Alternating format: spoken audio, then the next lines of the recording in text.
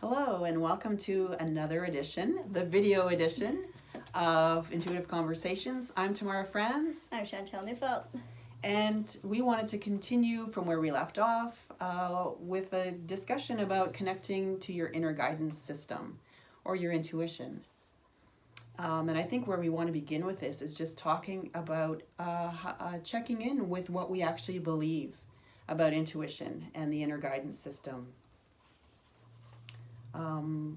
Whether we know it or not, we come from a whole series of conditioning as we grew up: family conditioning, societal conditioning, religious conditioning, educational conditioning. So if you take a moment and check in, what do you actually believe about having an inner compass, an inner guidance system, or intuition? Well, looking back to our childhood, we were taught to not trust ourselves. It was basically this idea of out there, that's where the answers, the truth was, and in here was not to be trusted, like to discredit our feelings, our gut, that sort of a thing. It's funny, growing up, I was in a religious club called Wayfarers for girls, and every single week the Bible verse that we recited went something like, trust in the Lord with all your heart and do not rely on your own insight. In all your ways acknowledge him and he will direct your paths. So the idea was really guidance comes from without, and you should not trust what is inside you. And I think when I first realized that I completely didn't trust myself and my intuition was when I went for training in guided imagery and music therapy. And in the sessions with colleagues where we were practicing on each other, and I would be the client, reclining and listening to the music, and my imagery would come to a complete standstill, and I would be in a fog or a mist or a brick wall, and there was just no way to go forward, and I didn't know how to access my own imagery. That was really shocking to me. And that was interesting to me too when I started my hypnotherapy training, because we were practicing on each other also. That was my first sort of of course I had used visualization in my past. When I would go to sleep as a kid, I would imagine my dream house and that sort of thing, but this was different, and I was taught to go with my first answer, go with whatever my imagination was bringing me to, and just to trust that and not to overthink stuff and be like, what is the right answer? It's more about what's coming to me. Mm-hmm. So I think for those who, like us, may have grown up with a more of a conservative religious understanding about guidance and how we receive guidance, just checking in with what you understand to be your definition of intuition, where it comes from, what it is.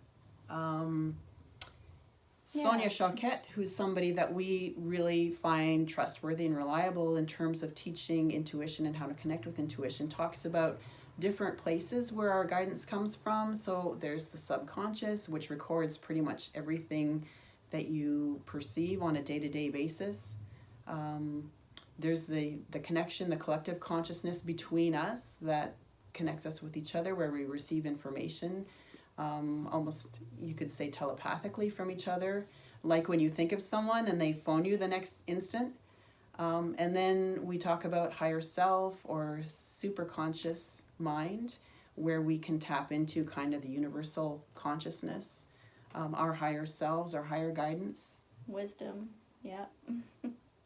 In the hypnotherapy sessions I do with people, that's what it's all about, is about them getting their own messages, like from their higher self to their inner child, to heal their inner child. It's pretty much what it is. And for those who are a little more pragmatic and scientific about it, there's the whole area of animal instinct and animals having intuition.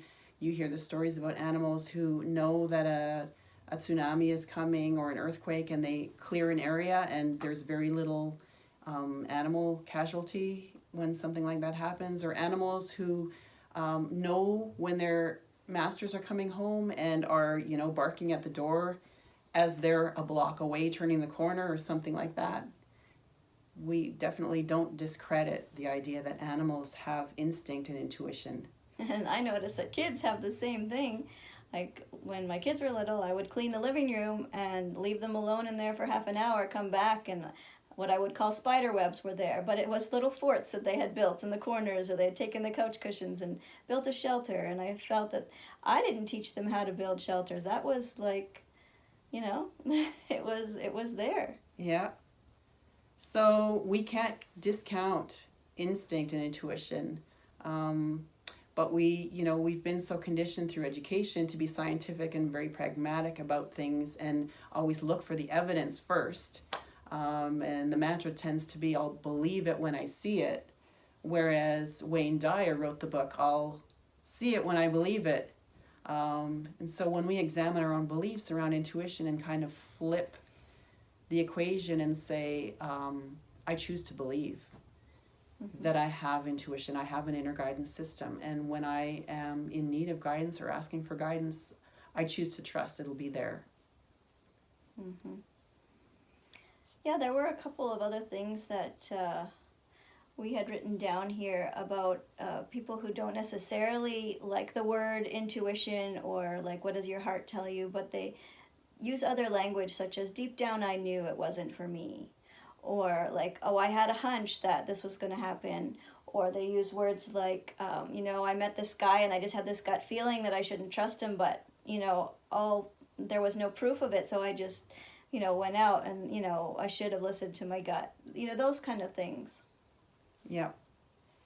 So whatever terminology you want to use, just beginning with the proposition that I have some kind of an inner guidance system that is trustworthy, that I can receive guidance from, is a starting point. Mm-hmm. And then we wanted to talk about setting intentions. In my learning with transpersonal studies at Atlantic University with Edgar Cayce, his almost go-to for where you start with any kind of work with intuition, or even as a life practice, is just defining your intentions and your highest values. Who am I? Who do I think I'm here to be? What are my highest values?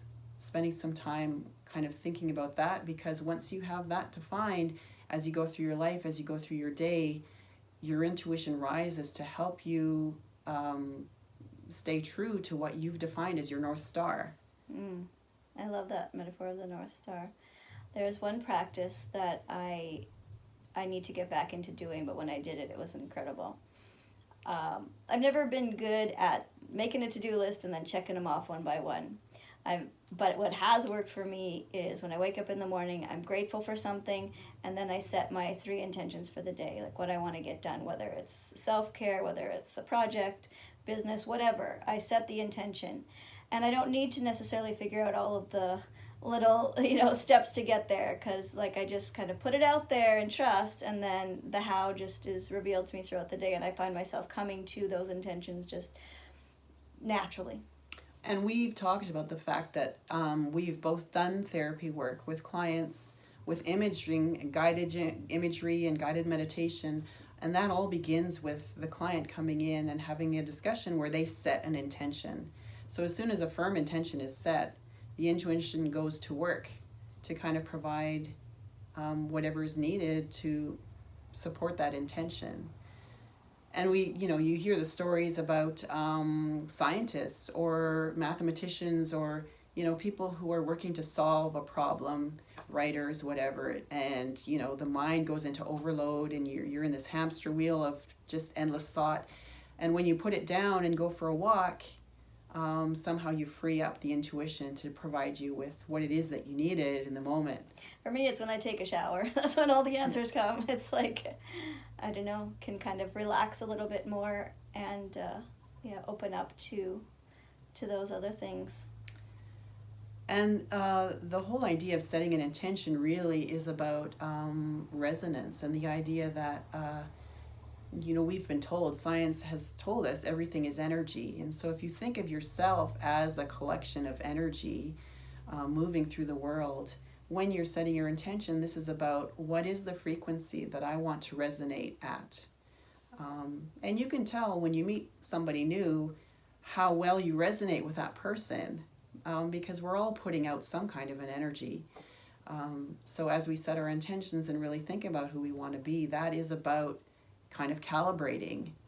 I want to resonate at, this level and not down here where I may be susceptible to all kinds of negative energies that are kind of percolating in the environment. It reminds me of when my kids were really small, and it can be rather frustrating when they have their tantrums or whatever. And I remember learning this principle and then choosing to rise above, come at it from an adult perspective instead of responding on the same level that they were coming to me with. And that is so empowering to realize that you have that choice, right? To set that intention and to, in the moment, decide, where do I want to come from on the spectrum of energy? Yeah. So we wanted to talk a little bit about some of the modalities that are available, that people use, that we've used to connect with our inner guidance system. And one of the people that we were talking about before we came on was Bernie Siegel, who is a surgeon, retired now probably, but did a lot of practice utilizing the mind-body connection. And he had his patients do a lot of drawing. So we were talking about the creative arts and using imagery in drawing, in meditation or imagination, dream imagery. There's a lot of ways of using imagery because intuition tends to speak in images. And one of the great stories about Bernie Siegel, he would always have his students draw, or his patients draw pictures of themselves, of their families, of their illness. And there was a reporter that came to interview him, and she was pretty skeptical, very scientifically minded about this idea of using the mind-body connection and using drawings. And so she had come to spend some time with him and interview him, and he happened to get called away to something. So he said to her, well, this is how I work. So here's a piece of paper, draw a picture of yourself. And when I come back, we'll talk. And so when he returned later, she had this picture of herself, which didn't have a whole lot in it. She was there and she had a larger head. And so he took that as her being very intellectually minded, very much in her headspace. But above her head, there was a clock with one hand pointing to the number 12. And he just looked at her and said, what happened to you when you were 12 years old? And her face just went into shock because something very traumatic had actually happened to her at 12. And so she was blown away by the fact that, how did you know this about me? But he recognized the language that her intuition, her internal guidance system was speaking to her, and he picked right up on it. Mm-hmm. And in my work with working with kids, I often have them draw a picture of, the problem and the solution, and then another picture of how to get from problem to solution. Ah. It's very telling. I mean, as is the play therapy, but yeah, it's all about metaphor, really. So there are lots of ways of using imagery, even just sitting and listening to music with a package of pastels nearby or crayons or something, and just doing some drawing, drawing your dreams when you wake up in the morning, thinking about a problem that you're dealing with or somebody that you're dealing with who's problematic, and just drawing a picture of your relationship with that person or of yourself in that situation, and just looking at what your images are telling you. Bring a lot of clarity. Yeah. Tarot cards as a divination system are a way of using images. In the belief system that I grew up with, tarot was considered of the devil. But really what tarot cards are is a set of archetypal images that when you lay them out, they can spark your intuition by speaking to you through images, which is the language of intuition. And so you can pose a question and throw down a few cards, or get an oracle deck if you don't want a set of tarot cards. There are many, many different kinds of oracle decks out there, and you can pick a card or two and just think about, what is this card adding to my understanding of this situation? Yeah, and I remember learning about pendulums for the first time, and asking, is this magic? How does it work? And it really works with the body intelligence, which is intuition. Those are the answers that you're getting, the yes/no answers. I also had this one session. It was an online video session where I had to stand sideways so she could see which way my body would tilt. For like it was yes for tilting forwards and backwards for no. And some of the subconscious beliefs that I didn't even know were there, like one of them kind of was a little bit funny to me, but true.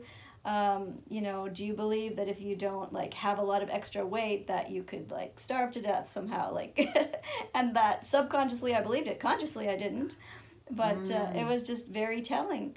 You know, some of there's the top 10 list of limiting beliefs, and like your body really knows like what you've been programmed to believe and what you still subconsciously believe, and that can all be shifted, you know, based on the choices and changes that you want to make. Yeah.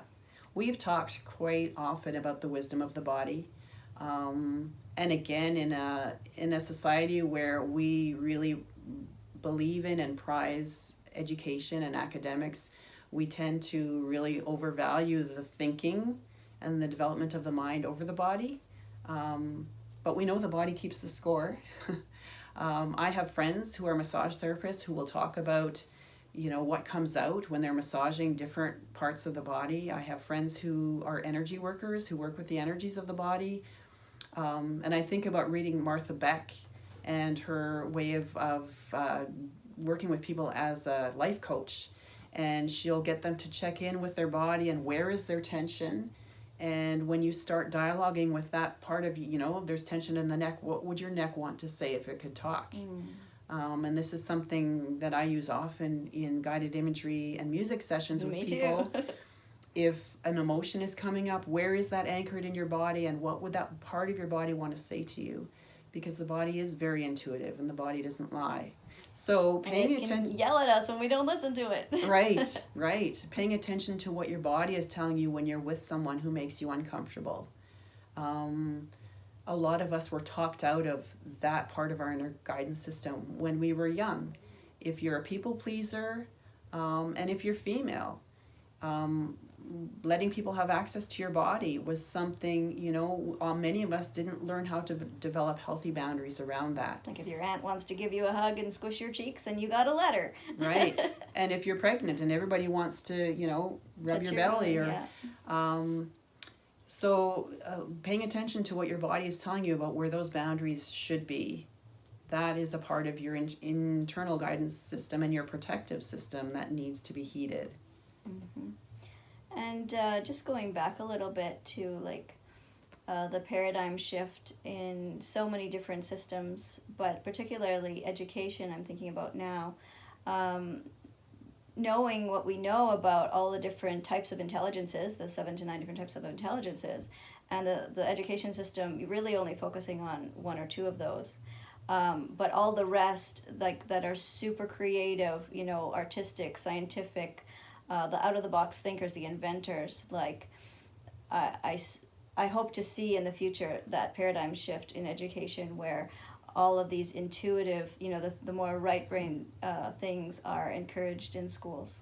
I find it really troubling when there are, you know, cuts to funding and the first thing that goes is the arts, and the arts are cut back, and or even the play, the playground, like, right. You know, just the break, kind of like going for a walk, clearing the mind. Because the expressive arts are such a channel for intuition. We've talked about images, and we've talked now about the body, and moving to music is another way that both of us connect with our intuition. The body is so intuitive, and I think at least one of us has mentioned at some point how, you know, in shamanistic cultures, when someone goes into a depression or illness, a chronic illness, the question comes forward, when did you stop dancing? When did you stop singing? You know, those, and growing up in a culture where dancing was forbidden. You almost wonder why. You know? They don't want you empowered. I think belief systems that seek to amputate people's intuition will eliminate dancing, will clamp down on the creative arts. So I think we've probably reached our time for this well, there episode. Will be many more episodes to follow because I feel like we could talk endlessly about intuition. Right. So there may be a part 2. And in the meantime, keep listening to your heart song.